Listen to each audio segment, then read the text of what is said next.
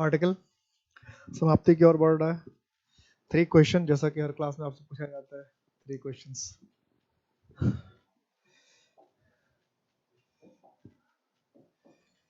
The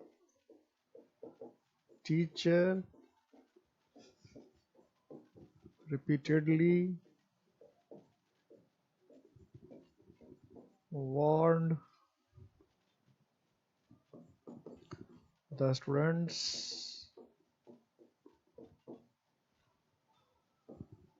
not to make noise, but they did not obey him.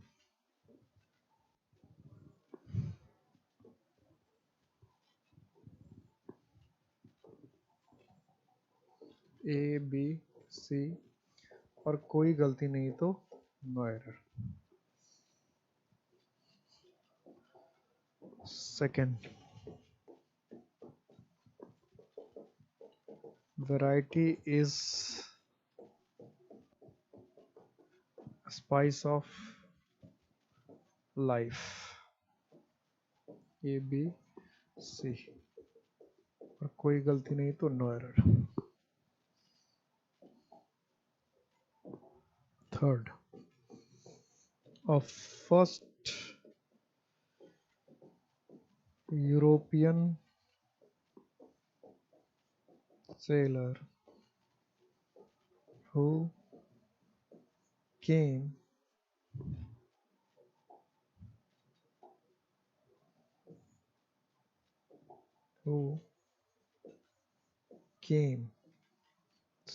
came to India was Vasco da Gama. A, B, C और कोई error नहीं तो no error. D.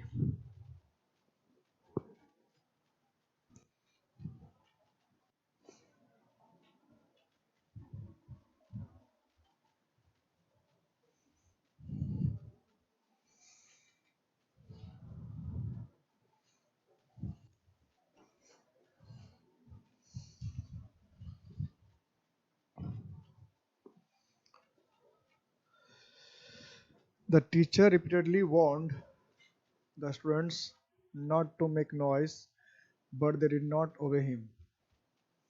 Variety is a spice of life. Variety is a spice of life. A first European sailor who came to India was Vasco da Gama.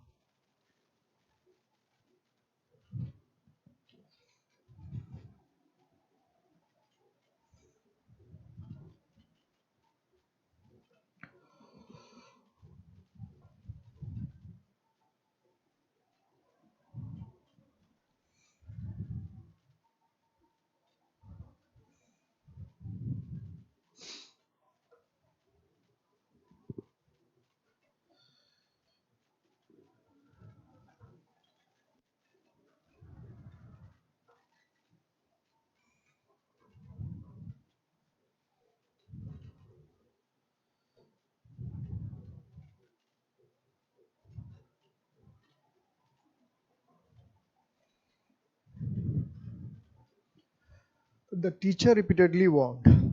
Discuss करें question को। अब ये मैंने EDM में आपको लिखवाया था।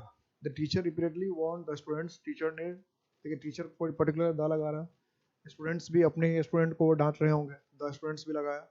क्या होता था? मेक अ नॉइस, याद है? बताया था make a mistake, commit a mistake, make a noise, in a hurry, catch a cold. तो make a noise, make noise नहीं, make a mistake, make mistake नहीं। आवाज आ रही है? Variety is the spice of life. लिखा था noun preposition noun, noun पिछली क्लास में लिखा था noun preposition noun, the spice of life. अब फर्स्ट यूरोपियन सेलर, अब फर्स्ट, ये फर्स्ट है, इसके साथ हमेशा क्या होगा? The first European seller, the first European seller. The first. अब ये द फर्स्ट क्यों होगा, ये रूल अभी मैंने नहीं बताया, अभी आज मैं डिस्कस करूंगा तो ये क्लियर हो जाएगा सारा। तो देख रहे हैं, अगर पता है तो डायरेक्ट रूल बेस्ड क्वेश्चन होगा। बस सेंटेंस की क्या करता है, लंबा, आप इतना लंबा सेंटेंस बना दिया, लोग उस सेंटेंस की लंबाई देखकर बेचैन होते रहते हैं, इतना लंबा सेंटेंस से पता नहीं क्या क्या लेवल डिफिकल्टी का क्या लेवल होगा, पता नहीं क्या क्वेश्चन पूछ लिया होगा। इसी में हम लोग बेहोश हो जाते हैं, इसी में बेहोश हो जाया करते हैं। लेवल ऑफ डिफिकल्टी सोचते रहते हैं, पता नहीं कितना डिफिकल्ट लेवल होगा, कितना डिफिकल्ट होगा, यही सोचते रहते हैं, अक्सर हम यही सोचते रहते हैं। ठीक है,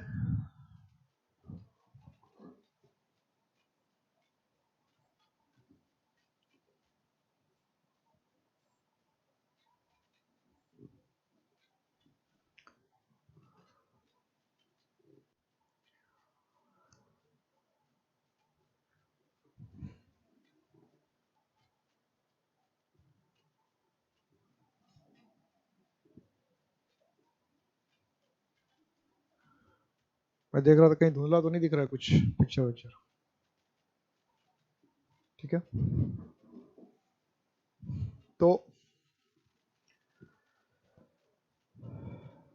क्वेश्चन की लंबाई चौड़ाई गहराई में कुछ भी नहीं होता है, सारा रूल का खेल है, अगर पढ़ा हुआ है पता है तो सब आसानी से बन जाता है। तो पिछली क्लास तक की अगर बात करें तो पिछली क्लास तक में हम लोगों ने ऑलमोस्ट 37 रूल किया था, और मैंने कहा था एक आध रूल होता तो मैं उसी क्लास में खत्म करता, लेकिन एक आध रूल नहीं था, ज्यादा रूल था, इसलिए नेक्स्ट क्लास में लेकर आया था। और 5-6 रूल अभी और बाकी है, 5 कह लीजिए, 6 कह लीजिए, 7 कह लीजिए, 8, मतलब 5 to 8 के बीच में रूल है, उसको फटाफट खत्म करके फिर omission of article, zero article की तरफ भी हम लोग चलेंगे।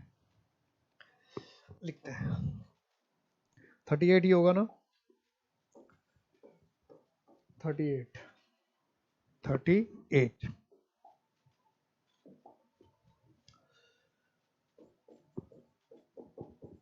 Religious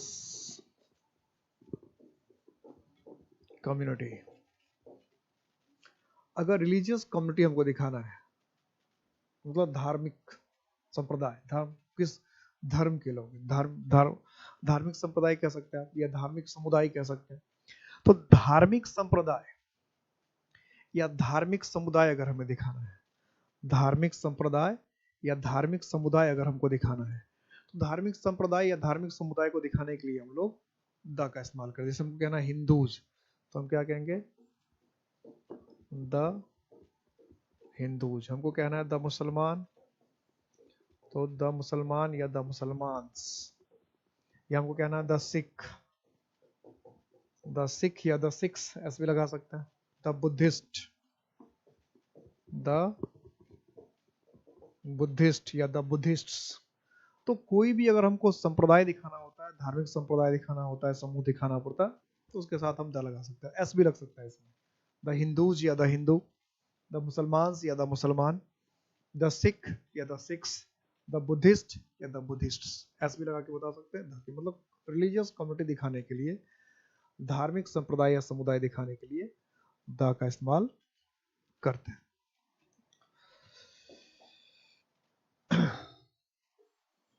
39 nationality.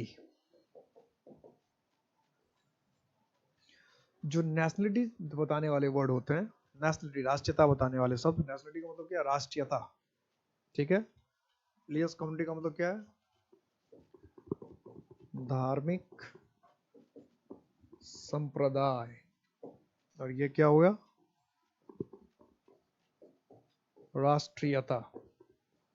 तो राष्ट्रीयता बताने वाले जो शब्द है, राष्ट्रीयता बताने वाले उनके साथ भी हम द लगाते हैं। जैसे हमने कहा द चाइनीज, या हमने कहा द नेपलीज, या हमने कहा द जर्मन, या हमने कहा द फ्रेंच, या हमने कहा the English, the Indian, the Pakistanis, the Bangladeshis, the Japanese, जहां भी लिखना है, द पोर्टुगीज या पोर्टुगीज।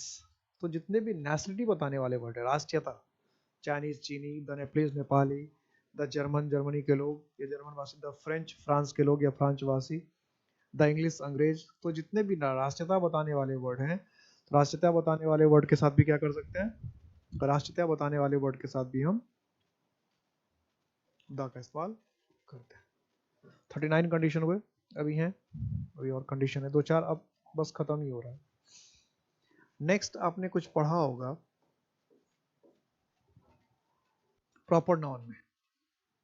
प्रॉपर नाउन में आपको रूल बताया गया था कि जब कंपेयर करते हैं, क्वालिटी शो करते हैं,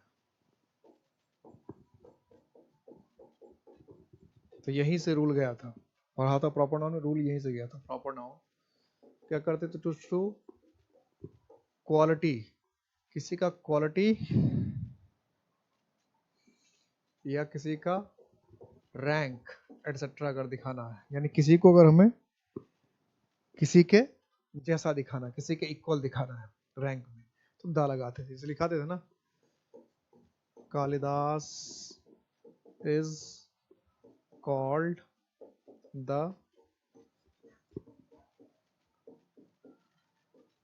शेक्सपियर, इसको भी काट देते हैं, यहाँ पे जगह नहीं है तो, Shakespeare of India, of India. तो द शेक्सपियर क्यों लिखा था, तो रैंक बता रहे हैं ना, कालिदास का रैंक और शेक्सपियर का रैंक एक जैसा है, या कालिदास की क्वालिटी और शेक्सपियर की क्वालिटी एक जैसी, यानी दोनों की क्वालिटी के बीच में कंपेयर कर रहे हैं कि कालिदास और शेक्सपियर एक रैंक के व्यक्ति थे, दोनों में दोनों समान जैसे थे, एक समान थे, या दोनों की क्वालिटी सिमिलर थी, ये कहना चाह रहे हैं। या ऐसे बहुत सारे सेंटेंस बनाया था आपने, Chandragupta Maurya is called the Napoleon of India, या Samudragupta Maurya is called the Napoleon of India, या हमने कहा Sardar Patel is called the Bismarck of India, या हमने कहा Kashmir is called the Switzerland of India, या हमने कहा Kanpur is called the Manchester of India, हमने कहा the Surajmal is called the Pluto of Jats. बहुत सारे एग्जाम्पल बना रखे थे, बहुत सारे। हमने कहा कि Nagsen is called the Einstein of India, हमने कहा Aryabhatta is called the Newton of India, बहुत सारे sentence. Surdas is called the Milton of India, बहुत सारे ऐसे सेंटेंस आए हुए हैं, और ये सारे सेंटेंस मैंने करवाए थे बहुत प्रॉपर नाउन में, तो इसलिए उन सबको फिर दोबारा लिखने की जरूरत नहीं, क्योंकि बात यही है, रूल यहीं से गया था, कहानी यहीं से गई थी। 41 टू शो क्वालिटी, ये भी होता है कि कोई कॉमन नाउन है, कोई कॉमन नाउन है, उससे आप कॉमन नाउन की क्वालिटी दिखाना चाहते हैं, कॉमन नाउन है और कॉमन नाउन की क्वालिटी दिखाना चाहते हैं। तो जैसे प्रॉपर नाउन की क्वालिटी दिखाने के लिए प्रॉपर नाउन के साथ द का इस्तेमाल किया, उसी तरह से कॉमन नाउन की भी क्वालिटी अगर दिखाना है, तो उसके पहले भी द का इस्तेमाल करते हैं। जैसे हमने कहा तुम्हारे अंदर का बाप मर चुका है,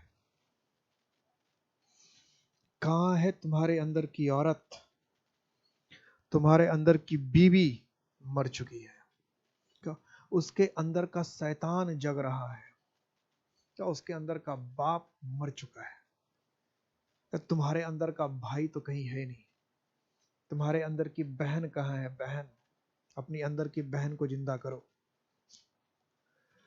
तो जब बहन कहने का मतलब तुम्हारे अंदर की बहन की क्वालिटी, भाई कहने का मतलब तुम्हारे अंदर जो भाई होने का गुण है वो, पिता कहने का मतलब तुम्हारे अंदर जो पिता का क्वालिटी है वो, तो ऐसे जब हम कॉमन नाउन से बात करते हैं उसकी क्वालिटी के, तो फिर द का इस्तेमाल करते हैं। एग्जाम में कैसे पूछेगा, एग्जाम में ऐसे पूछेगा father in him has died. अब ये फादर क्या है, कॉमन नाउन है, कहते हैं father in him is died, इसका मतलब ये थोड़ा है कि उसके अंदर पिताजी घुस गए और घुस के मर गए। The father in him, father in him, कि उसके अंदर कोई पिताजी घुस गए, ऐसी बात नहीं ना। हम कहते हैं फादर इन हिम, यानी कहना चाहते हैं उसके अंदर का बाप मर चुका है, कहते हैं तुम्हारे उसके अंदर का बाप मर चुका है। तो ये फादर इन हिम कहने का मतलब उसमें जो बाप का जो गुण है, किसी भी पुरुष में बाप होने का गुण होगा, किसी भी महिला में माँ होने का गुण होगा, किसी बहन में, स्त्री में बहन होने का गुण हो सकता है। तो इस तरह की क्वालिटी की जब बात करते हैं फिर धा लगा के बात करेंगे। तो यहाँ पे क्या बात करेंगे, क्या बात करनी है कि the father in him has died, हमने कहा कि मेरे अंदर का इंसान अभी भी जिंदा है, या मेरे अंदर का शिक्षक अभी भी जिंदा है। हमने लिख दिया teacher in me is still alive. कहना क्या चाह रहे हैं कि मेरे अंदर का शिक्षक अभी भी जिंदा है, क्योंकि मेरे अंदर का इंसान अभी भी जिंदा है।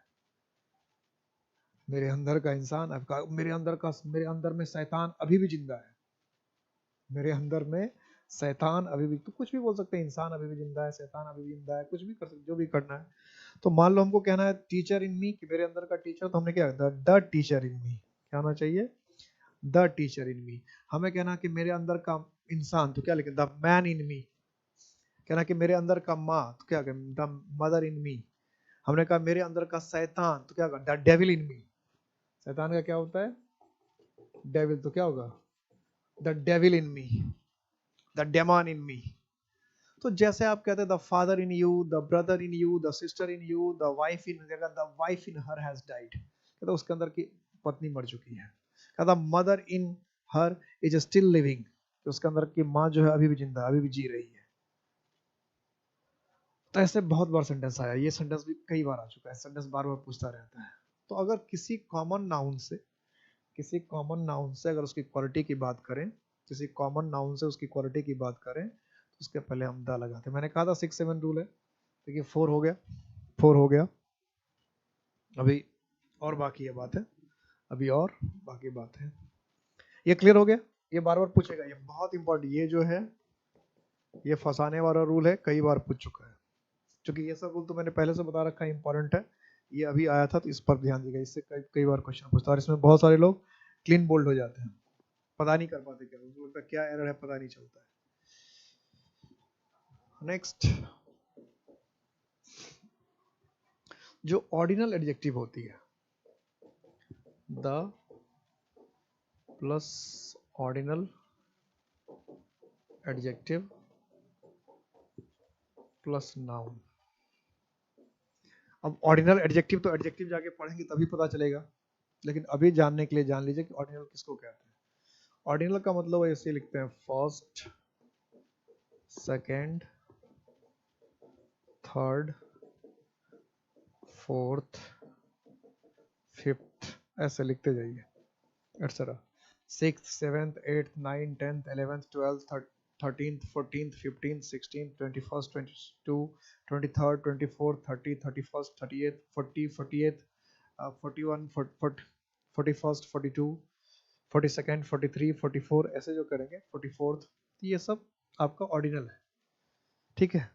40 ऑर्डिनल नहीं है, 40वां, प्रथम नहीं है, पहला, सेकंड नहीं, ये 2 नहीं, दूसरा, 3 3 नहीं, तीसरा, 4 चौथा, 5 नहीं, पांचवा, 6 नहीं, छठा, 7 नहीं, सातवां। इसको कहते हैं ऑर्डिनल। मतलब दो चीज है, एक है 6 और एक है 6th। तो 6 जो है वो कार्डिनल नहीं है, 6 जो है वो ऑर्डिनल है, ध्यान रखना। 6 को कार्डिनल कहते हैं और 6th को ऑर्डिनल कहते हैं, ठीक है। दो होता है एडजेक्टिव, जब एडजेक्टिव चैप्टर पढ़ाऊंगा तो उसमें ये बताया जाता है।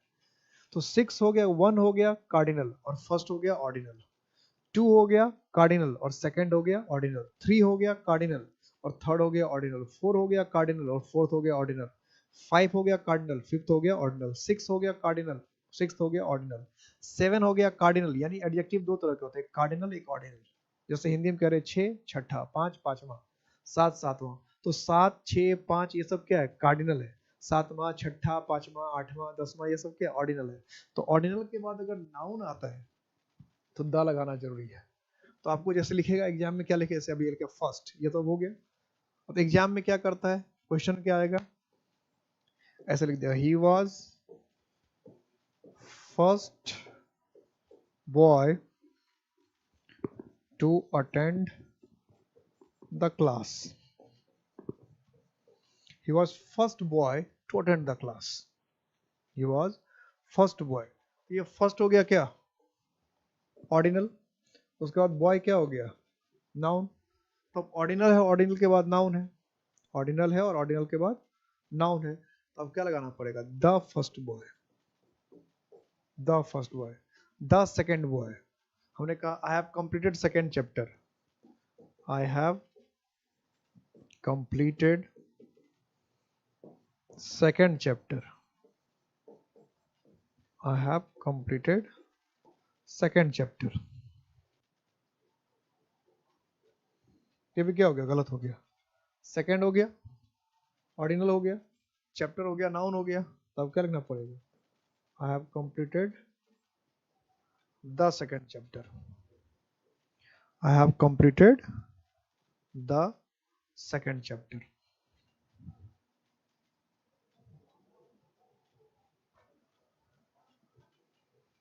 I have completed the second chapter.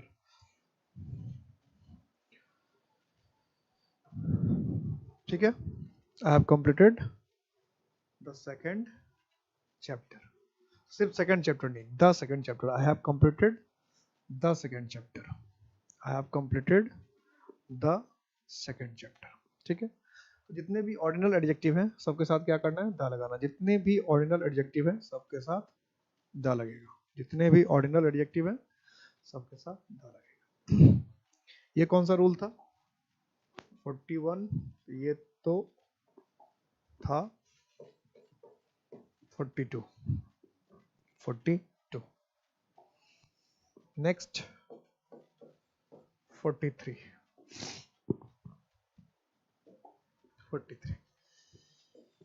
ये भी कई बार क्वेश्चन आ चुका है, सुपरलेटिव डिग्री। सुपरलेटिव डिग्री के साथ हमेशा द, सुपरलेटिव डिग्री के साथ हमेशा द। जितने भी सुपरलेटिव डिग्री हैं, सुपरलेटिव का मतलब क्या होता है, ये जब डिग्री चैप्टर आएगा तो डिग्री में पढ़ेंगे सुपरलेटिव डिग्री। तो सुपरलेटिव डिग्री में हमेशा क्या होता है, द, हमेशा द होता है सुपरलेटिव डिग्री। ये सब कहते हैं good, better, best, tall, taller, tallest. ये तो टॉलेस्ट क्या सुपरलेटिव डिग्री है। Beautiful, more beautiful, most beautiful. तो जो सुपरलेटिव डिग्री होता है उसके साथ हमेशा द। तो हम क्या लिखते हैं, द मोस्ट ब्यूटीफुल साइट, सबसे बेहतरीन दृश्य, द मोस्ट ब्यूटीफुल साइट, या द टॉलेस्ट बॉय, या द वाइजेस्ट पर्सन। ठीक है, द वर्स्ट सिचुएशन। वर्स्ट का मतलब क्या था, सबसे खराब। बैड का सुपरलेटिव डिग्री है, बैड मतलब होता है, वैसे डिग्री आएगा तो मैं बताऊंगा डिग्री में पढ़ते हैं, ये लोग पढ़ चुके हैं तो पढ़ ही लेंगे डिग्री में। बैड का सुपरलेटिव डिग्री क्या है, वर्स्ट। बैड का सुपरलेटिव डिग्री क्या है, वर्स्ट, द वर्स्ट सिचुएशन। अब समझ में आ गया, मैंने पिछली क्लास में नहीं पढ़ा, तो पिछली क्लास आपने सोचा होगा ऐसे ही एक दो रूल है सर, ऐसे ही टाल गए होंगे। नहीं, सर का पढ़ाने का जी नहीं कर रहा होगा इसलिए बोले चलो अगला क्लास। देखो कितना टाइम लग गया, और अभी भी खत्म नहीं हुआ, अभी और बाकी है, एक दो रूल अभी और बाकी है। अब मैं ये नहीं कहने वाला हूँ आज कि अभी 4 रूल और नेक्स्ट क्लास में पढ़ूंगा। अब ये नहीं होने वाला, यूज ऑफ द में तो नहीं होने वाला, और कुछ और बात होगी तो अलग बात है। यूज ऑफ द तो खत्म हो जाएगा। नेक्स्ट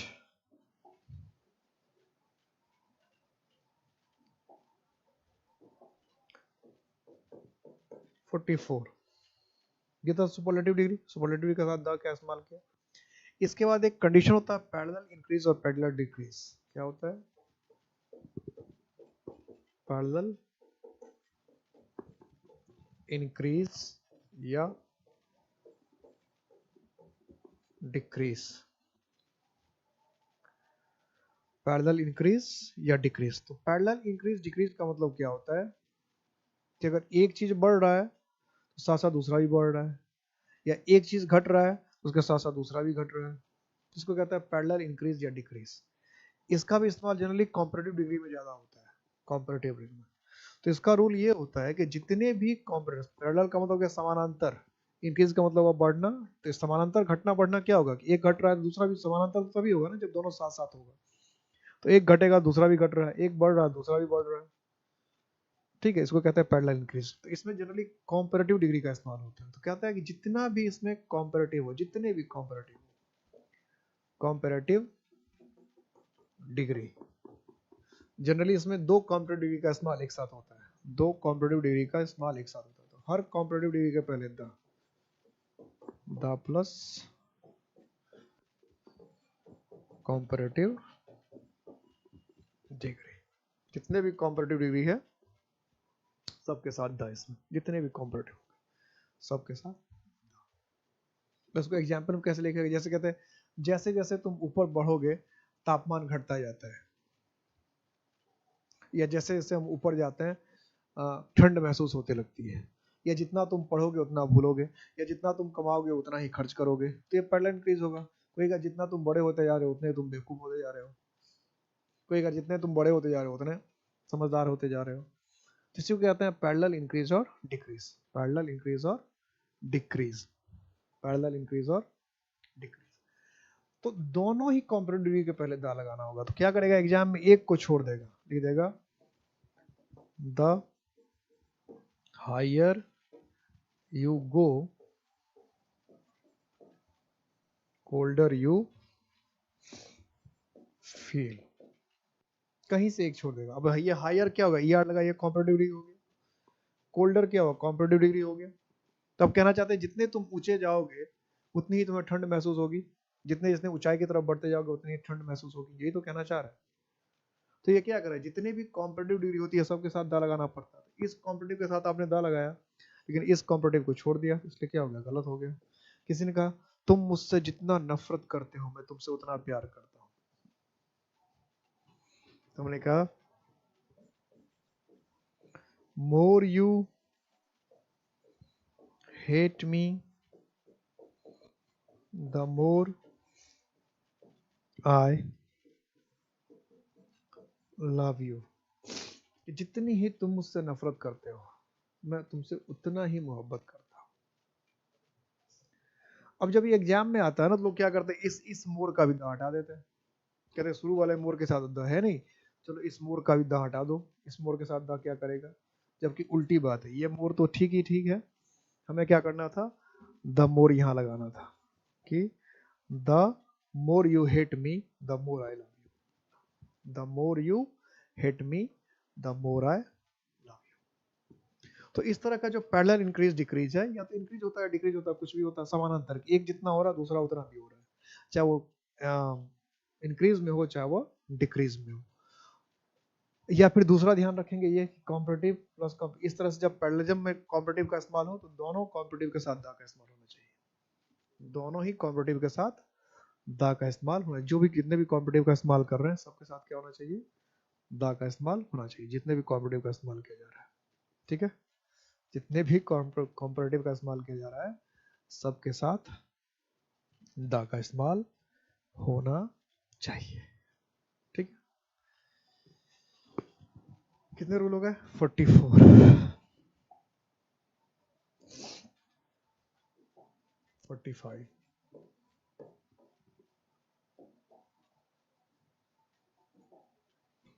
45 45 में क्या है कि जैसे अभी डिग्री का ही यूज चल रहा है कि कभी कभी क्या होता है, ये स्ट्रक्चर याद रखना पड़ेगा।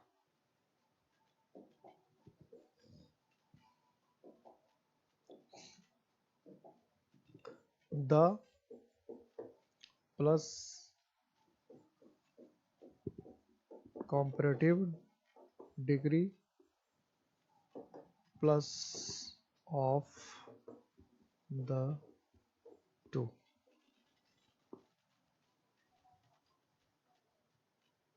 ठीक है। तो ये ऑफ द टू अगर है, ऑफ द टू अगर है और ऑफ द टू के पहले अगर कोई कॉम्परेटिव डिग्री है, कॉम्परेटिव डिग्री, तो उस कॉम्परेटिव डिग्री के पहले द होना चाहिए। यानी एडजेक्टिव का भी द से डायरेक्ट रिलेशन है, एडजेक्टिव का भी द से डायरेक्ट रिलेशन है। एडजेक्टिव देखिए सुपरलेटिव डिग्री में एडजेक्टिव ही तो हुआ, द आया। पैरेलल इंक्रीज डिग्री दिखाने का है, द आया। जो numeral adjective, cardinal ordinal adjective था, उसके पहले द आया, जो ऑर्डिनल एडजेक्टिव था उसके साथ द आ गया। मतलब बार बार जो है, बार बार डिग्री में कई बार आपको द का इस्तेमाल पड़ रहा है। अब ये लास्ट रूल क्या कह रहा है कि भाई अगर कॉम्परेटिव डिग्री है और कॉम्परेटिव डिग्री के बाद ऑफ द टू है, ये वर्ड लिखा होना चाहिए, ऑफ द टू लिखा होना चाहिए, तभी बात होती है। कॉम्परेटिव डिग्री में ऑफ द टू लिखा होना चाहिए, सिर्फ कॉम्परेटिव डिग्री तो द का इस्तेमाल नहीं है, दोनों चीज होना चाहिए, कॉम्परेटिव डिग्री भी होना चाहिए, उसके बाद ऑफ द टू भी लिखा, जैसे आज एक क्वेश्चन भी था, तो आज या पिछली क्लास में ऐसा क्वेश्चन होगा, जैसे पिछली क्लास में था क्वेश्चन। तो अगर कॉम्परेटिव डिग्री के साथ ऑफ द टू लिख दिया तो उस कॉम्परेटिव डिग्री के पहले द लगाना पड़ेगा। जैसे हमने लिख दिया, आपको लिख देगा you are wiser of the two brothers. Maximum student इस क्वेश्चन में क्या करते हैं आपको पता है? मैक्सिमम स्टूडेंट जैसे ही ये क्वेश्चन आता है वाइजर को वाइजस्ट करके चले जाते हैं। वो दिमाग क्या लगाते हैं, अच्छा वाइजर तो यू तो एक हुआ ही हुआ, अब द टू ब्रदर्स है यानी दो भाई और है, तीन भाई हो गया, तो भाई तीन भाई हो तो सुपरलेटिव डिग्री हो जाना चाहिए, वाइजर लिखने क्या जाता है, वाइजस्ट लिख दो। तो ये बिल्कुल गलत है, इस सेंटेंस का मतलब तीन है ही नहीं, इस सेंटेंस का मतलब दो ही है। You are wiser of the two brothers का मतलब है कि दोनों भाइयों में से तुम ज्यादा समझदार हो, यानी भाई दो ही है और उस दोनों में से कह रहे हैं कि तुम ज्यादा समझदार हो। जैसे कहते हैं दोनों देशों में भारत ज्यादा ताकतवर है, मान लो हम भारत और पाकिस्तान की बात कर रहे हैं और दो ही देश है, दोनों देशों में भारत ज्यादा ताकतवर है। इस तरह कहते हैं दोनों भाइयों में तुम ज्यादा मेहनती हो। तो इस तरह से जब दो के बीच ही बात करना रहता है, ऑफ द टू लिखना रहता है और कॉम्परेटिव का इस्तेमाल करना तो द लगा के बात करते हैं। तो हम क्या लिखेंगे, you are the wiser of the two brothers. हमने लिखा India is the more powerful of the two countries। अब यह बात में समझ में आ गया, ये मोर पावरफुल कॉम्परेटिव डिग्री हो गया, मोर पावरफुल कॉम्परेटिव डिग्री हो गया और ऑफ द टू आ गया, ऑफ द टू आ गया, कॉम्परेटिव डिग्री आ गया और ऑफ द टू आ गया। तो कॉम्परेटिव डिग्री के साथ अगर ऑफ द टू है या ऑफ द टू के साथ कॉम्परेटिव डिग्री है तो कॉम्परेटिव डिग्री के पहले द लगाना है। अगर कॉम्परेटिव डिग्री है और ये डिग्री क्या होती है तो डिग्री चैप्टर आएगा तो अपने आप, वैसे भी आपको याद होगा कि ई आर वाले क्या होते हैं, कॉम्परेटिव डिग्री होते हैं, ई एस टी वाले सुपरलेटिव डिग्री होते हैं, मोर वाले कॉम्परेटिव डिग्री होते हैं, मोस्ट वाले सुपरलेटिव डिग्री होते हैं। अगर नहीं भी पता है तो डिग्री चैप्टर जब पढ़ेंगे तो ये रूल फिर आएगा, डिग्री चैप्टर में भी आता है, जैसे आर्टिकल का स्पेशल रूल है डिग्री चैप्टर में भी अपने आप आएगा ही। क्लियर हो गया? कितने रूल हो गए? 45। कितने रूल हो गए? 45 रूल हो गए। एक रूल और है, उससे भी क्वेश्चन पूछता है तो उसको भी देख ही लेते हैं। ये क्लियर हो गया ना? You are the wiser of the two brothers, you are the more beautiful of the two sisters, India is the bigger of the two countries, you are the poorer of the two boys, तुम दोनों दोनों लड़के में तुम ज्यादा गरीब हो, you are the richer of the two boys, दोनों लड़के में तुम ज्यादा अमीर हो, you are the smarter of the two boys, दोनों लड़के में तुम ज्यादा स्मार्ट हो, you are the taller of the two boys, दोनों लड़के में तुम ज्यादा लंबे हो, you are the shorter of the two boys, तो दोनों लड़के में तुम छोटे हो। कोई भी सेंटेंस बना सकते।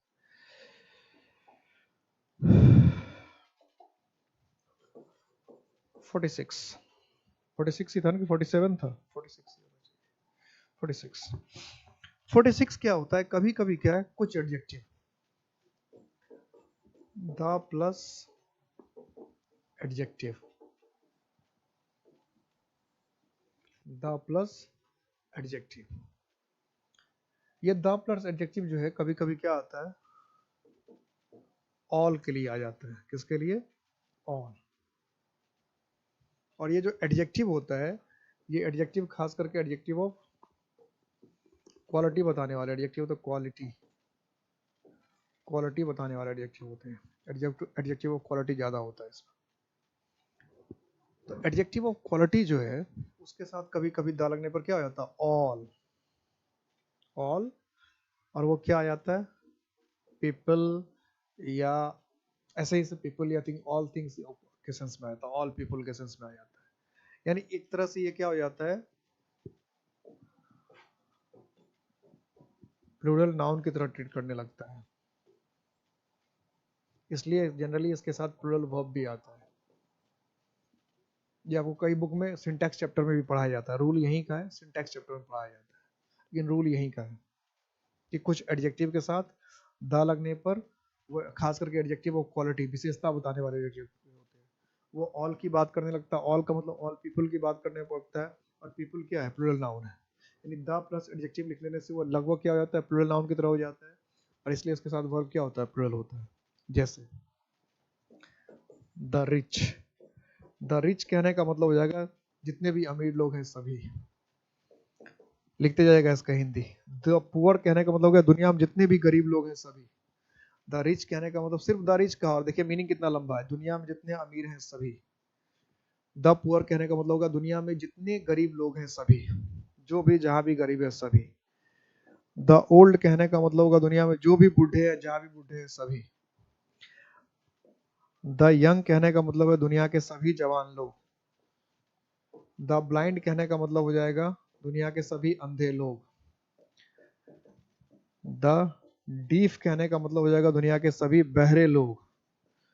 द डम कहने का मतलब हो जाएगा दुनिया के सभी गूंगे लोग। द ब्लाइंड कहने का मतलब दुनिया के सभी अंधे लोग। द डीफ कहने का मतलब दुनिया के सभी बहरे लोग। द डम कहने का मतलब दुनिया के सभी गूंगे लोग। द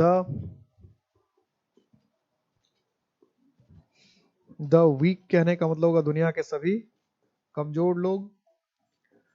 द स्ट्रॉन्ग कहने का मतलब हो जाएगा दुनिया के सभी ताकतवर लोग। द बैड कहने का मतलब हो जाएगा दुनिया के सभी बुरे लोग। द गुड कहने का मतलब हो जाएगा दुनिया के सभी अच्छे लोग। कोई भी एडजेक्टिव ऐसा हो, देखिए बात बदलती जा रही, लोग होता जा रहा है। गुड मतलब ऐसे अच्छा था, लेकिन द गुड मतलब हो गया दुनिया के सभी अच्छे लोग। बैड का मतलब ऐसे बुरा था, लेकिन द बैड कहने का मतलब दुनिया के सभी बुरे लोग। रिच मतलब सिर्फ अमीर होता है, लेकिन द रिच कहने का मतलब दुनिया के सभी अमीर लोग। स्ट्रॉन्ग का मतलब ताकतवर हुआ, लेकिन द स्ट्रॉन्ग कहने का मतलब दुनिया के सभी ताकतवर लोग। द वीक कहने का मतलब कमजोर, लेकिन द वीक कहने का मतलब क्या हो जाएगा, दुनिया के सभी कमजोर लोग। और उसके साथ वर्ब क्या होता है, प्लूरल होता है। जैसे हमने लिख दिया, ऐसे लिख देगा, ऐसे the poor is helpless. The poor is helpless कहना ये चाहते हैं कि गरीब जो होते हैं वो लाचार होते हैं। कहना क्या चाह रहे हैं, गरीब जो होते हैं वो लाचार होते हैं। लिख दिया द पुअर इज हेल्पलेस। तो ये क्या हो गया, गलत हो गया। क्या होगा, द पुअर आर हेल्पलेस। कभी कभी क्या होता है, ऐसे पूछ देता है, वी शुड सर्व ब्लाइंड। ये तो वैसे पूछा हुआ क्वेश्चन ही है, तो जब ये पूछा ना वी शुड सर्व ब्लाइंड, तो कई लोग लिख देते हैं वी शुड सर्व ब्लाइंड्स। बहुत सारे लोग लिख के आ जाते हैं कि वी शुड सर्व, ये तो गलत है ही। कुछ लोग क्या करते हैं, ब्लाइंड्स। हिंदी क्या निकाल लेते हैं, वो सोचते हैं कि हिंदी में यही तो होता है, हमें अंधों की सेवा करनी चाहिए। हिंदी क्या निकाल लेते हैं कि हमें तो अंधों की सेवा करनी चाहिए, तो उनको लगता है ठीक तो है, वी शुड सर्व ब्लाइंड्स। लेकिन अंधे मतलब सभी अंधों की सेवा करनी चाहिए, जो भी अंधा है, जहां भी अंधा है अगर, तो हमें उसकी सेवा करनी चाहिए। तो क्या होना चाहिए था इसमें, ब्लाइंड्स भी नहीं होना चाहिए, ब्लाइंड भी नहीं होना चाहिए, दोनों की जगह क्या, तो we should serve the blinds, the blind, we should serve the blind. क्योंकि पूरे यहाँ ब्लाइंड का मतलब क्या, कि कोई भी कहीं भी अगर अंधा है या हेल्पलेस है, तो उसको उसकी हमारी उसको उसकी हमें मदद करनी चाहिए। ठीक है, नहीं तो कभी कभी ऐसे सेंटेंस पूछ लेगा, द रिच ऑप्रेसेस द पुअर। तो स्टूडेंट को कभी कभी क्या लगता है कि ये कितना, इसमें भी दा लगा दिया है, इसमें भी दा लगा दिया है, इतनी बार दा लगा है, किसी एक का दा हटा देता है। या तो द रिच का दा हटा देगा, या पुअर का दा हटा देगा, कि भाई रिच तो अमीर है, चलो इसके साथ दा लगाया तो समझ में भी आता है। पुअर तो गरीब है, गरीब लोगों के साथ दा लगाने की क्या जरूरत है। कि अमीर के साथ दा लगा रहे तो बात समझ में आ रही है कि अमीर के साथ दा लगाया, भाई अमीर खास लोग होते उसके साथ दा लगा दिया। ये गरीब के साथ दा लगा रहे हैं, गरीब के साथ दा लगाने की क्या जरूरत है, चलो गरीब का दा हटा दो। तो ऐसा नहीं है, यहाँ जनरल हम कहना चाहते हैं कि अमीर लोग गरीबों को सताते हैं। जितने भी अमीर लोग होते हैं वो गरीबों को सताते हैं, जनरल बात करना चाहते हैं, अमीर लोग गरीब लोगों को सताते हैं। तो यहाँ द रिच कहने का मतलब जो भी अमीर है, जहाँ भी अमीर है वो, और द पुअर कहने का मतलब जो भी गरीब है जहाँ भी, क्योंकि हर जगह दुनिया की यही कहानी है, कोई अमीर आदमी तो गरीब को सता लेता है, जनरली ऐसा ही होता है, चाहे दुनिया कोई भी देश हो, चाहे दुनिया कोई भी मजहब हो, सब जगह यही हो रहा है। हर देश में भी यही हो रहा है, हर मजहब में यही हो रहा है, हर सोसाइटी में यही हो रहा है। ये नहीं किसी एक धर्म और एक मजहब की ये समस्या है, हर धर्म हर देश में ऐसा होता है कि अमीर लोग जो है वो गरीब को सता लेते हैं, हर जगह कहानी यही होती है। तो उसने बताया था कि वर्ब को होना चाहिए था सिंगुलर, तो गलती क्या है वर्ब में है, ये जो ऑपरेसेस है ईएस लगा दिया। ऑपरेस का मतलब क्या होता है, सताना या दुख देना। ऑपरेस का मतलब क्या होता है, सताना या दुख देना। तो ऑपरेस का ईएस लगा दिया था, और ईएस लगाने से वर्ब क्या हो जाता है, सिंगुलर हो जाता है। तो हमको क्या करना था, ईएस हटाना था। ये क्या होता है, ऑपरेस, ऑपरेस, क्योंकि ईएस लगने से या एस लगने से वर्ब में एस या ईएस लगने से वर्ब क्या होता है, सिंगुलर। वर्ब में जब एस और ईएस नहीं लगा रहता है तब वर्ब होता है क्या, प्लूरल।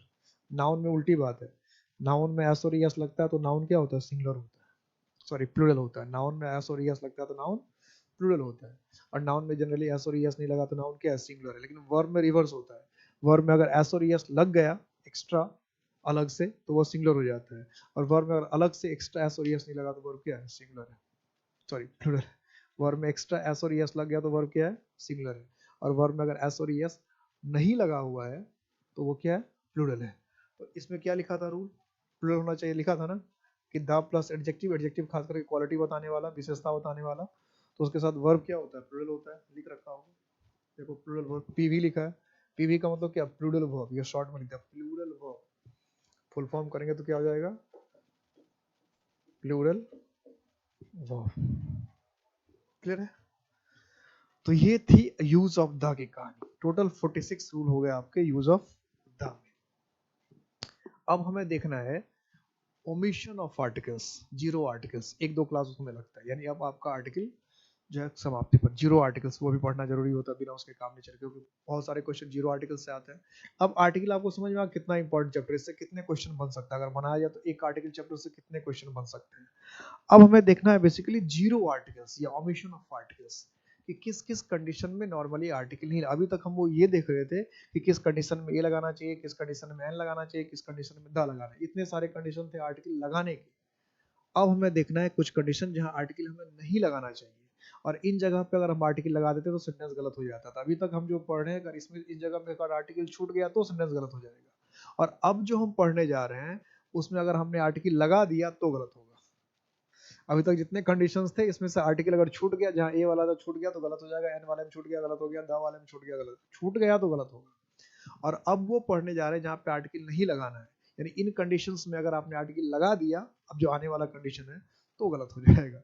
तो इसलिए वो भी पढ़ना जरूरी है कि कहाँ भाई लगाना चाहिए और कहाँ नहीं लगाना चाहिए, दोनों बात पता होना चाहिए। तो नेक्स्ट क्लास में हम लोग इसको पढ़ेंगे।